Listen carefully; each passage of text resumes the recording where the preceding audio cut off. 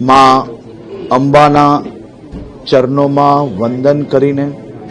રાજ્યના સૌ નાગરિકો માટે મનોકામનાઓ માંગીને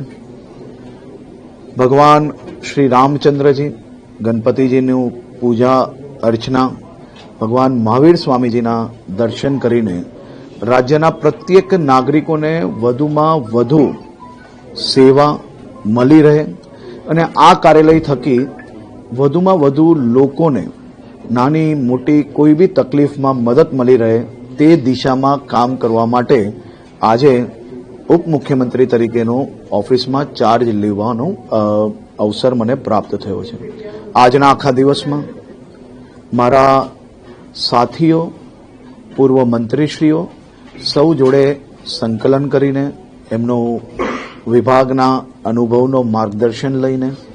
આખા દિવસ દરમિયાન અલગ અલગ વિભાગોની બેઠકો અને એ બેઠકોમાં જે કંઈ કામગીરી વધુ ઝડપથી